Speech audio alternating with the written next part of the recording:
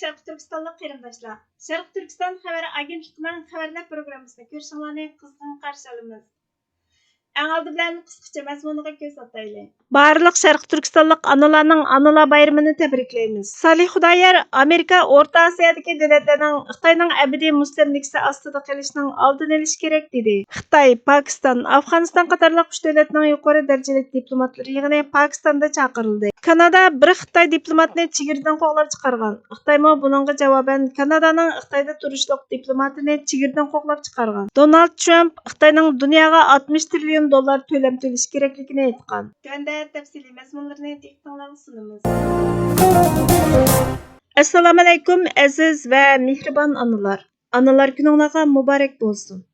Biz Sharq Turkiston xalqi go'zal va bebaho jannat analarning oyog'i ostidadir degan bir payg'ambarning ummati va bu aqidaga sodiq bir millat biz. Darvaqa shundoq. Analar ulug', analar mehribon, analar fidokor va analar vafodor. Analar ulug', chunki millat analarning mevasi. Analar mehribon. İnsanlar mehri shafqatni analardan o'rganadi. Analar fidokor. İnsanlar vatanga va millatga bo'lgan fidokorlikni analardan o'rganadi. Analar vafodor. İnsanlar vafodorlikni analardan o'rganadi. İnsanlar o'zi yashab cho'ng bo'lgan yerga ona vatan deydi. Chunki ulug' analar bolalarga vatanparvarlik ta'lim tarbiyasi beradi. Vatanni qo'g'dashni o'rgatadi. Ulug' analar erlarga vatan millatni qo'g'dash vazifasini ijro qilish jihatdagi qiyinchiliklarda qo'llovchi bo'ladi. Jasorat beradi. Haq yo'lidagi erlardan faxrlanadi. Fitna chiqarmaydi. Xalqning ishini sanli qilamsan demaydi. Bu nuqtadan qaraganda analar haqiqatan ulug'dir. Ming afsuski, Sharq Turkistondagi analar ulug'lanishga tegishli bo'lsa-mu, loyiqida ulug'lanmayotidi. Chunki ona vatanimiz Sharq Turkiston Jumhuriyati Xitoy tajovuzchilari tarafidan ishg'ol qilingan bo'lg'achqa, analarmi vatanga o'xshashla xorliqqa qoldi. Bizmi ona vatanimiz Sharq Turkistonga ega chiqolmagandek, analarga ega chiqolmay qoldik.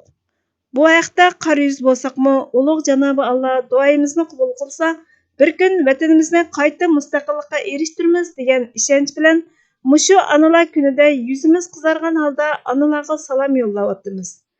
Janobi Alloh biz Uyg'ur millatiga ona vatanimiz Sharq Turkistonning mustaqilligini asliga keltirishimizga va onalarni avlodlari bilan birga ozod qilishimizga nasib qilsin va yordam qilsin. Amin. Sharq Turkiston Jumhuriyati surgunda hukumati Jumhuriyat ishxonasi. Sharq Turkiston surgunda hukumatining bosh ministri Salih Xudoyer 8-may kuni Twitter hisobidan Amerika O'rta Osiyoni oldingi o'ringa qo'ymayotdi. Natijada rayon va dunyo miqyosida salbiy oqibatlar maydonga kelmoqda. O'rta Osiyo Xitoy va Rossiyadan iborat ikki kengaymichi mustamlikachi imperiya orasida qolgan bir quruqliq. G'arbning O'rta Osiyo bilan strategik hamkorligi taraqqiy qilmaganlikdan bu keng boy rayon Xitoyning iqtisodiy mustamlikasiga aylanmoqda. Xi Jinping 18-maydan 19-maygacha O'rta Osiyo rahbarlari bilan boshliqlar yig'ini o'tkazmoqchi. Buning maqsadi Xitoyning O'rta Osiyodagi ta'siri va hukmronlik o'rnini kengaytirishdan iborat. Xitoyning O'rta Osiyoga kengayishining oldini olish va uningga taqobil turish kerak. Bugunga qadar hech qanday Amerika prezidenti O'rta Osiyoni ziyorat qilmadi. Amerika O'rta Osiyo boshliqlar yig'inimi chaqirilmadi. Amerika va O'rta Osiyoning Amerika O'rta Osiyo boshliqlar yig'ini chaqirib, o'zaro o'rtaq masalalarda hamkorlikni kuchaytirish va ilgari surish. Amerika va O'rta Osiyoning Amerika O'rta Osiyo boshliqlar yig'ini ochib, o'zaro o'rtaq masalalarda hamkorlikni kuchaytirishi va ilgari surishi Amerika va O'rta Osiyoning manfaatiga uyg'un. Amerika O'rta Osiyoga qo'lini uzatish orqali O'rta Osiyodagi davlatlarning Xitoyning abadiy mustamlika ostida qolishining oldini olish kerak dedi. Xitoy, Pokiston, Afg'oniston qatorliq 3 davlatning yuqori darajali diplomatlari yig'ini Pokistonda chaqirilgan.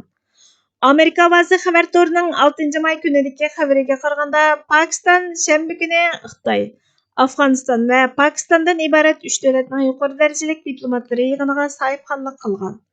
Birlashgan Davlatlar Tashkiloti Afg'onistonning tashqi ishlar ministri Amir Khan Muttaqining sayohat qilishini cheklagan bo'lsa-mu, bu qitim Pokistonda chaqirilgan yig'inga qatnashishiga ruxsat qilgan. Pokiston Tashqi ishlar ministrligi yig'indan keyingi qisqa bayonotida yig'inga qatnashuvchilarning siyosiy aralashish, terrorlikqa qarshi turish, savdo va o'zaro bog'lanish qatorliq masalalarni muzokara qilishganligini aytgan.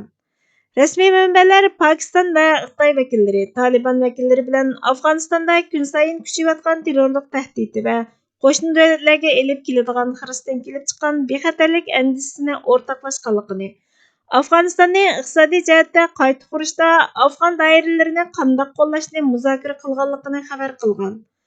Xitoy diplomatiya amaldori Chen yig'indan ilgari Xitoy bilan Pokistonning Afg'onistonni qayta qurish xizmatiga tayyor ekanligini, Talibanlarni rayon va xalqaro va'dasini o'rinlashga qistaganligini aytgan bo'lsa, yig'indan keyin Talibanning munosib hukumat orqali idora qilishini, qo'shnilari bilan do'stona munosabat o'rnatishini, qo'shni davlatlarning bexatarligiga ahamiyat berishini, davlat ichidagi terrorchi kuchlarga taqobil turishda unumli tadbirlarni qo'llanishini umid qiladiganligini, Xitoyning Afg'oniston va Pokiston bilan bexatarlik hamkorligini kuchaytirib, turli terrorlik harakatlariga qarshi turadiganligini, jumladan Sharq Turkiston Islom harakati qatorliq terrorlik harakat tahdidiga o'rtaq zarba berilganligini, Xitoy hukumatining Afg'onistonni Xitoyning Pokistondagi necha milliard dollar mablag' solgan ul asliya qurilishiga bog'lashni xohlaydiganligini aytgan.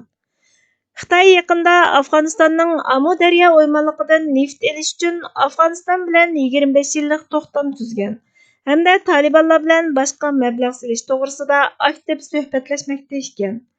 Rossiyaning Afg'onistonga qilgan eksporti har oyda 10 million dollardan oshib ketgan.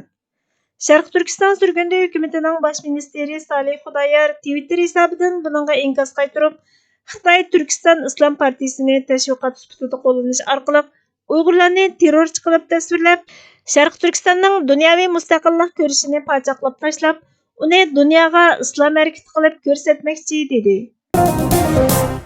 Kanada bir nafar Xitoy diplomatini chegaradan qo'g'lab chiqargan. Xitoymi buningga javoban Kanadaning Xitoyda turishliq diplomatini chegaradan qo'g'lab chiqargan. Toronto Star xabar torining 8 may kunidagi xabariga qaraganda, Kanada bir nafar Xitoy diplomatini muhofizkor millat vakili Mashal Chongning oilasiga aloqador istixborot to'plaganlik uchun Kanadaning chegarasidan qo'g'lab chiqarib o'tmoqchi bo'lgan bo'lib, bu ikki davlatning munosabatini texmo nacharlashtirib yetishi mumkin ekan.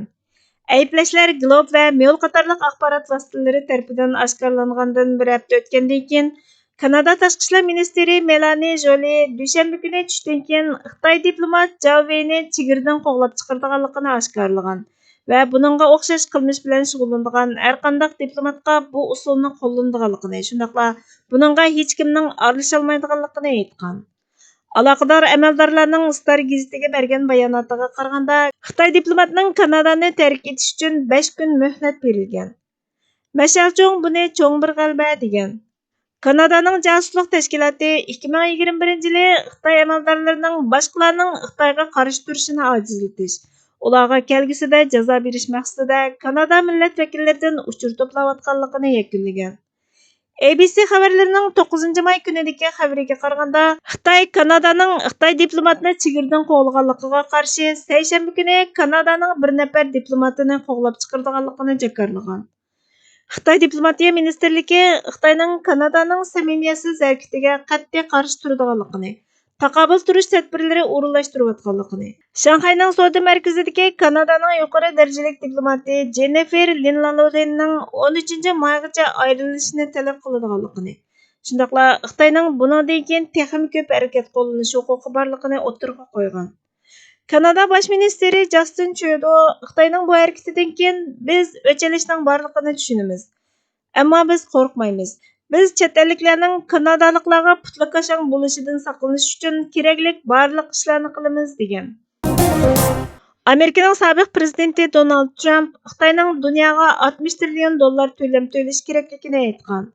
GB xabarlarining 3-may kunidagi xabariga qaraganda, Amerikaning sobiq prezidenti Donald Trump Xitoyning koronavirusini dunyoga qasddan oshkora qilmaganligini, uning qanday qo'yib berilganligini yoshirganligini, virusni dunyoga yayganlik uchun 60 trillion dollar to'lam to'lash kerakligini aytgan.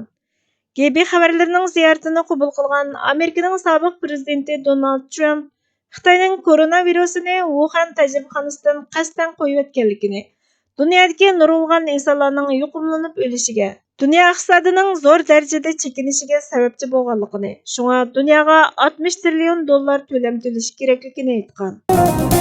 Zulmni qabul qilish yoki zulmni yomon ko'rmaslik ideyasi zulmdanmi xatarlikdir. Biz duch kelayotgan eng chong xatar zulmni qabul qilish yoki mustamlikani yomon ko'rmaslik ideyasidir. Musulmon degan zulmning har qanday turini aqida, ideya, axloqiy va ijtimoiy nuqtadan tamoman rad qilishi lozim. Chunki Alloh zolimlarni yaxshi ko'rmaydi. Zulmga kimligimizga zid kelmaydigan va foyda ziyon nuqtasidan uyg'un deb qaralgan har qanday vositalarni qo'llanish orqali qarshi turishga bo'ladi va tashabbus qilinadi. Abdurahmon Jamol Koshig'ari. Bugungi xabarlarimiz bu yerda oxirlashdi. Bizga vaqt ayirganingiz uchun ko'p rahmat. Kelar qatimqi programmamiz ko'rishguncha Allohga omonat bo'lgaysizlar.